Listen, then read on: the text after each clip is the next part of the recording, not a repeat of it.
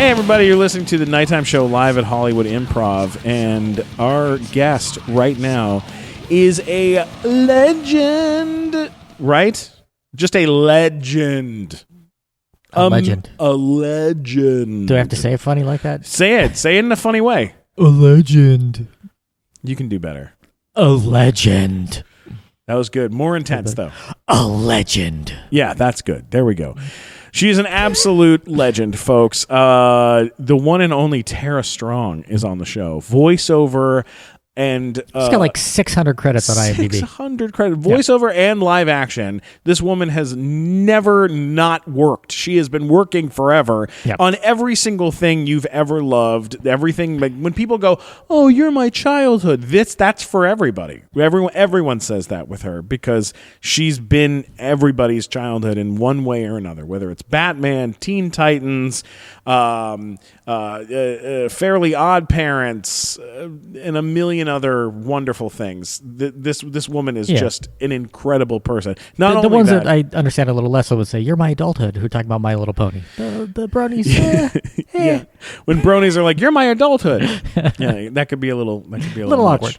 But we have her on the show. It is amazing that she's on the show. Because, by the way, Bronys, you can let me know what you think of me at mattwalkersucks.com. That's where you really can send your mail there. Yes. But right now, it is time to focus and listen to an interview with the one and only Tara Strong, who also happened to know that it was my 40th birthday and surprised all of us by bringing her castmate from Teen Titans, Khary Payton, brought him out of the audience and onto the stage, where the two of them then did something for me for my 40th birthday. And to you. And to me. Yeah.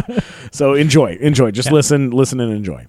Our next guest is an absolute legend in the voiceover community. She is an extremely talented actress and producer with over 620 credits on IMDb. This woman's intro could take an hour to read, and Steven would certainly write one that long. So let's just watch this beautifully produced clip. My name is Tara Strong, and I'm mostly known for my animation career.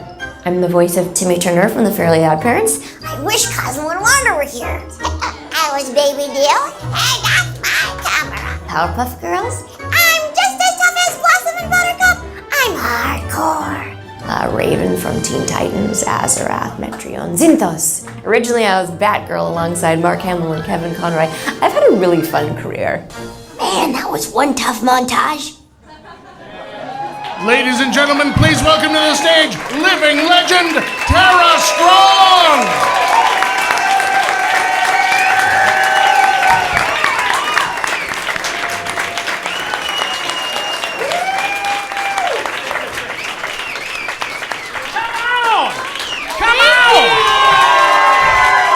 Legend! Happy fucking birthday! Thank you! Woo! Legendary. Well, there's no other word for it, Tara. I know.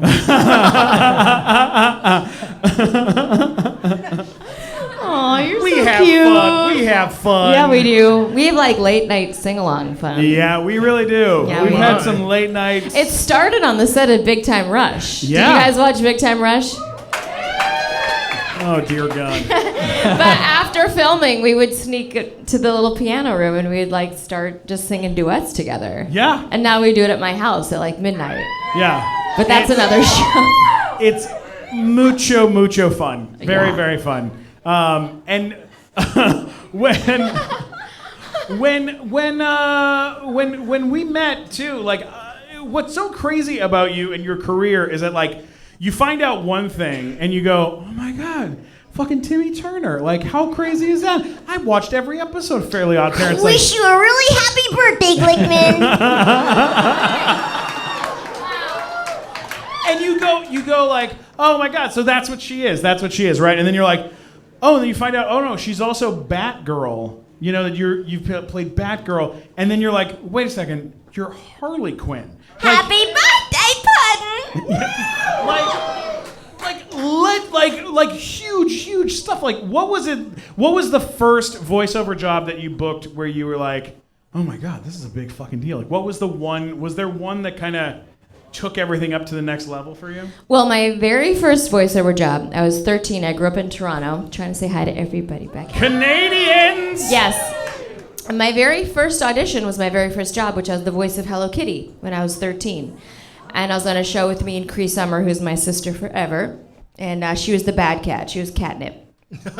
And I did a ton of animation before moving to LA. And then it took a little while to get started in LA. And then I booked Batgirl, Powerpuff Girls, and 100 episodes of 101 Dalmatians. And then LA was like, who's that girl? So, yeah. But I think Batgirl for me was like, wow. Like to sit beside Kevin Conroy and Mark Hamill, and like I just kept pinching myself, and it was amazing. Yeah. Can I say I love the voice you picked for Hollywood itself? Who's that girl? Who's that? Hollywood's like, who's that girl? Who's that girl? It's Tara Strong. Let's talk about some of these characters. Bubbles. Let's get Bubbles up on the screen. Powerpuff Girls. Oh, you can keep the lights up. You can keep lights up. Okay, let's talk about this character. Who were the other Powerpuff Girls? Who'd you work with on this? E.G. Daily and Kathy Cavadini. Who we love. We love both these women. Yes, They're both of amazing. course. You've had E.G. on the show. We had E.G. on the show. Yeah, we have to get her. We have to get Kathy on the show too. Yeah. What was it? What was it like creating a character like this? How do you create a character like this? Like, so they originally did the pilot, and I was not in the pilot, and then they went to series, and they recast Bubbles, and I was totally stoked to play Bubbles. And you know, when you do a voiceover role, it's very collaborative. They give you a drawing of the character, they give you a little character bio and a script. And you, as the voice actor, have to think how the production wants this character to sound. And they were like, she's ridiculously adorable. Yeah. And it just sort of happened that she would pronounce things differently, like picky. Like, it would just sort of, you know, come together. And, like, in the episode where she's talking to squirrels, I was like,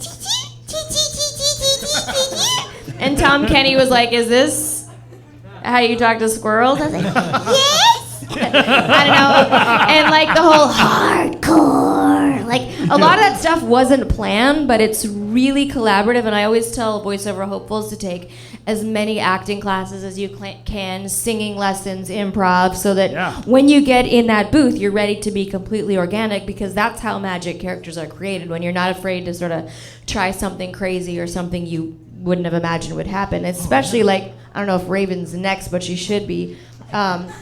Yes, okay. There she is. And she's psychic. At this audition, I thought I was going to be Starfire because the audition said she's a grown-up Bubbles. And I'm like, well, I'm a grown-up Bubbles. And I was already playing Batgirl and like Sharina Wicket and Kylie from Extreme Ghostbusters and a bunch of sort of tragic teenagers. And I said, how do I make Raven different? And I sort of did just my own voice, which is Batgirl.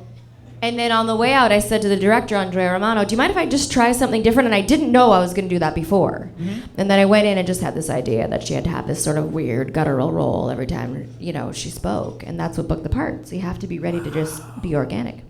When I did Storks, the animated film, which I talk about every time we do the show, because it's the only big animated thing. Now available on Blu-ray. Now available. Thank you, Mike. Thank you, Mike. For the audition, I did kind of like a what's it called voice, like SpongeBob, kind of like a, oh God, that's the best, like something very like silly. And as we were finishing, I was like, you know what, I should try something, and it was an impression of my old roommate. And because what he would do is at the end of every sentence, he'd go like, hey, Glickma, what are you doing tonight? Wanna get something to eat? No? Whatever, loser. Like, that's like the way that he talked all the time. He'd walk into my bedroom and go, your life is a garbage pile, brah. And then he'd just walk out. And that's what he sounded like all the time. Was he stoned all the time? No, he was just from Long Beach. Okay, does he know that you did him on Storks? So, yeah, I mean, he went to see it and was like, hey, are you doing my voice in a movie? The fuck, brah? Not cool, brah. But also, thanks, brah. Like, it was like great. It was kind of great. But yeah, like, it was like picking, like sometimes like voiceover. It seems like voiceover work is really about like making choices, like right away. And I think it's like for voiceover and for like live action stuff, because when you go into an audition and you're like, I mean, do you want it? Like, I mean, and how did you like? And you start doing that. It's like they don't want that. They want you to make a choice and then stick to it, or be down to like adapt or get weird. Right, you have to be like their putty. Like you'll go in and they'll say, okay, now we want her a couple years older. Now we want her a little heavier. Now we want her from Ireland. Now we want her to have missing teeth. Now we want her to be a boy. Yeah. And you just gotta go, okay. You gotta keep doing it. Yeah. Absolutely. Let's talk about Dill from Rugrats. Can we pull Dill? What is that? That's the weirdest picture ever. What is that? That's not Dill. That's fan That art, is I think. nightmare fuel. That's what that is. Holy shit. I can't even look at that. I'm gonna look at all you beautiful people instead. Yeah, let's put it back to that. Where like did a you picture find of that picture? An animated Clint Howard. What the hell was that? That's so mean. It's like you shaved Ross Perot and animated him. How do you end up getting cast to play the baby on the show? So it wasn't long after I moved to Los Angeles, and I always loved the animation of Klasky Chupo, and I thought it would be so cool to be on that show. And I did get to be on that show. I played this little character named Timmy McNulty, who was really mean to his siblings. So Angelica had a crush on him because he was mean to his little babies. Yeah. And they initially wanted Baby Dill to be played by a huge A-lister. It was like Madonna was one of their first choices. Wow. And they brought me into guide track. So just so you know, often they'll bring in a voiceover great to guide track a film, which means we lay it down first, and then they bring in, some celebrity that hasn't done much animation to sort of follow what we've done. And I came in and I started crying. So Baby Dill's lines were all in the stage direction. It was like, Baby Dill grabs Tommy's toy, hits Angelica in the head, barfs, and is a poop. So I'd be like, whatever. It was like, my script would be like so wet and disgusting, and then I had to do this like big cry, and I started doing this cry, and they stopped tape, and I was like, oh shit, they don't like me, and they're like, Tara, there's like a new mom in the booth, and you made her lactate. Holy shit! So I was like, part's mine, yo.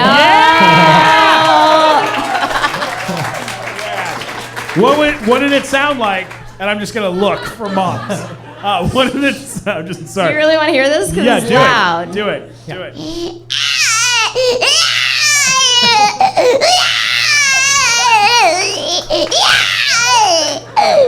See, you're lactating. A little bit. A little bit. We suck on it.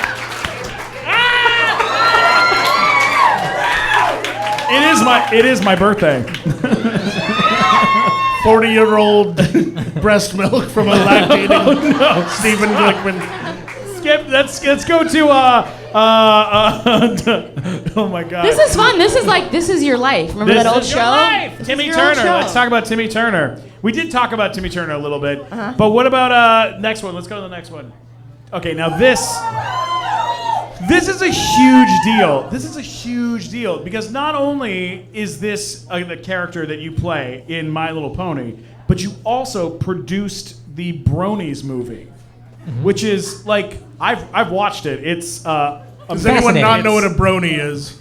Raise your hand if you don't know what a brony is. Okay, there's enough to explain it. I envy each Tara, and every one of you, can by the way. explain it? So a brony is an adult fan of My Little Pony. It was originally bros for My Little Pony, but then it included adult females too. And I first learned about them on Twitter. I had no idea they existed, and they are the most adorable, supportive fans ever. I raise a lot of money on my Twitter for charity, for kids with cancer, for animal rescue, for various causes, and the bronies are the most supportive. They're super adorable, and I meet them at cons, and there's like these freaking hot army dudes with like Pinkie Pie tattoos, and they like paint Twilight on their tanks to get them through hard times, and they're just like, they're misunderstood a lot, and there's deviant shit in every fandom, on camera and voiceover, but I have to say they're like my favorite fans ever. They're just the cutest.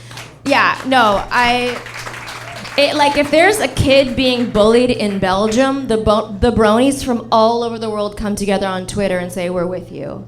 Wow. And I love them so much. And I didn't know, nobody knew. Like that documentary is called The Unexpected Fandom. Yeah. Nobody knew. Lauren Faust, who created this version she and I worked together on Powerpuff Girls, and she came to my house with all the drawings of Equestria. She's a genius, and she said, would you lay down like Twilight and Pinkie Pie and Applejack or something for a sizzle that I want to pitch? Yeah. And I did it in my home studio, and she thought I would initially be Pinkie Pie because, again, she was like Bubbles. Yeah. And she said as soon as she heard me do Twilight, she knew that I would be Twilight. Oh my God. Yeah. That's awesome. Amazing.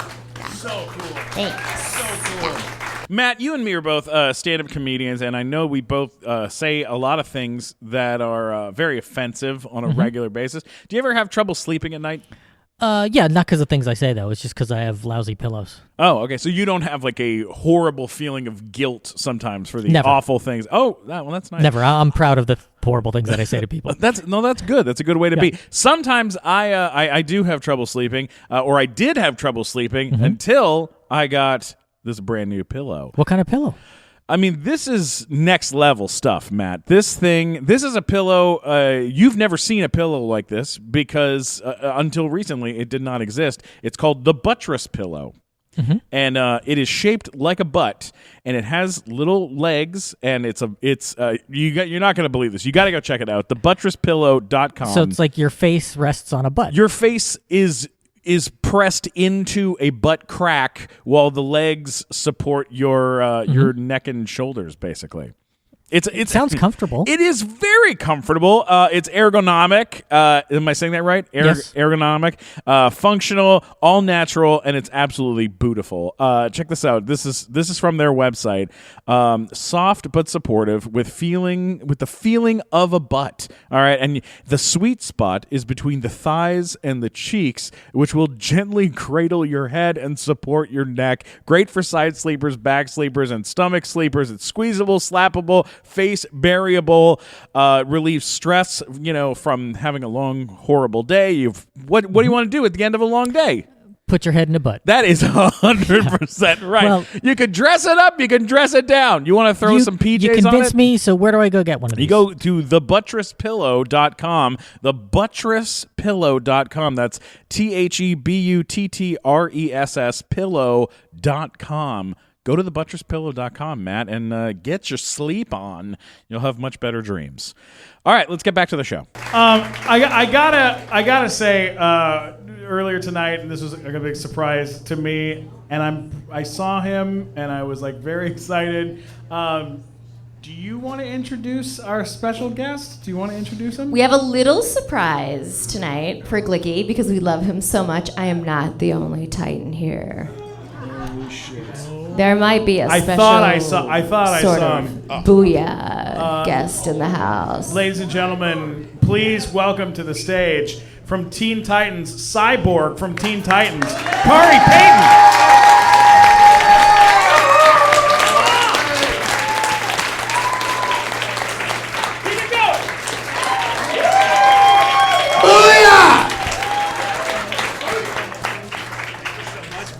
Happy birthday, big man. That's huge. We got Amazing. Teen Titans on the show. You were trying to make me bust my ass on this little rug that you got coming out here. no. What is that? I'm so sorry. Cyborg booby trap that we have. That's exactly what that was. Now this is His crazy. big weakness. You guys. Now, I mean, Khary, you have an entire career, aside from Teen Titans and doing lots and lots of other amazing shows. You're on The Walking Dead. Which I am. Holy shit. People don't recognize me without all my dreads on, but Or your yeah. pet tiger. Yeah, your pet tiger. Exactly. I got a tiger. I got dreadlocks. I got a lot of things that that they don't let me take home. But yeah. You guys have worked together on Teen Titans for how many years? It's been what, 17 years? It's been almost 20 years. Yeah, I was before I was pregnant and my kids. Yeah, no. I remember We when grew up together. We had Yeah. babies I together remember when you first brought out your very long-haired baby. Like she would not let this baby cut her hair It's for a the Jew longest. thing. It was like a tiny little cousin that she was walking around You don't with. cut their hair till they're 3. It's a Jew thing. It was okay. I had no idea. I'm a black man from Georgia. I didn't understand. But it was an adorable little boy, you know, whose hair was covering his face and his toes. And now he's driving. And now he's And taller driving than me. and has got a 1420 on his SAT. I'm so proud. Oh my God, that's He's amazing. That was just like his first without trying. Yeah, without too. trying. You How know, much did fuck that you. cost? Fuck you without trying. You know Sam Strong. He's Oh yeah, the that's greatest. very Exactly. very smart people. Did you guys Exactly. hear Matt's shitty question? How much did that cost? Oh Matt! Oh Matt! No, baby, that's Sammy Strong. You know, when my son, let me say, when my son heard that story, he said that is so disgusting. He's like, Mom, if I found out you did that for me, I would be so fucking pissed off at you. But Like, he is yeah. going to. Really? Because he is actually going to USC and Yale Wow. at the same time. Oh okay. Exactly. Oh, You know, my because God. that shit costs money. I know when I heard that news, I was like, Mom, what? You couldn't do any? You can't do anything? Come Community on, lady. College of Burbank. What the hell? I just love that AJ Mashaka was wondering if you could cuss on here, and I've just gone for broke. Yeah, at no, the beginning. as you should. Yeah, exactly. It's so okay. just fuck shit, cunt, and now we're good. Wow. We have a bleep button. Do not give Absolutely. Khary This any is more the booze. improv. Nobody You give heard it Khary any here. more drink. Now you guys have been working together for such a long time. It must be incredible. There's a lot. You got other Teen Titans. It must be amazing to be part of your world, and It's so the two of you weird guys to be- part of each other's worlds. It's So so weird. It is So wonderful weird. to be part of your world on your birthday. Oh, well, you guys are a part of my world, and tonight you guys are a part of everyone here's world as well. You Look guys at all are- these worlds. It's true. There's a lot of worlds that have come together. So many worlds. Turn the lights up. Look at this. Look at this Steve, isn't he neat? Wouldn't you think that his birthday's complete? Wouldn't you think I'm the girl to give him everything? Oh wow, guys. Look at this show, treasures untold. How many wonders can one improv hold? Looking around here, you'd think, sure, he's got everything. I've got all of you here. He's got Robert Hayes from Airplane. He's got AJ Mashaka from school. Wow. You want Bruce Valance? Sure. We've got 20. No shit. But who cares? No big deal. We want And you're gonna get more. I want to curl up in his bed at night. I want to watch him sleeping. Sweating around in those, what do you call them? Oh, sheets. They're silk sheets. Don't try to run, you won't get too far. She's got some rope and I've got some duct tape. Tying him up to that bed and don't forget his feet. Now you can't walk, now you can't run. Get in your birthday suit for some fun. Watch and you'll see, someday you'll be part of our world. What would I give if I could live in your apartment? What would I pay to spend a day up in your grill? That's right. Look at his fans, they'd understand. How we would love a ball gag. Bright young women, loving Loving Glickman, Glickman, lending a hand. And ready to know what his lovers know. Whoa! Yes, so true. What is that red thing and why does it what the word burn? When's it our turn? Wouldn't we love to explore above and Watch and we'll see. someday you'll be Part of our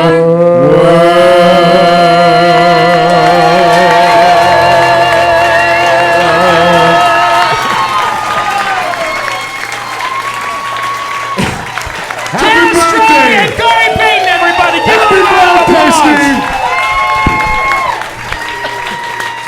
Steve! Yeah, that was if I ever wondered what it would be like to have some sort of sexual and for intimate people, experience. For people listening, they don't know exactly what happened because they can't see it. Right. But at the end of that song, you were getting your face humped by Khary Payton.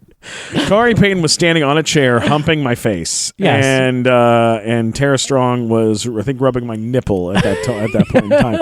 So it was a very intimate moment shared by me and two of the Titans. And that is your 200 closest friends at the Halloween Improv. Yeah, and a lot of my friends. My mom was there. Yeah. Please, guys, subscribe to the Nighttime Show. Share, like, and share, and like, and love. And love and tell your share friends. and like and tell your friends.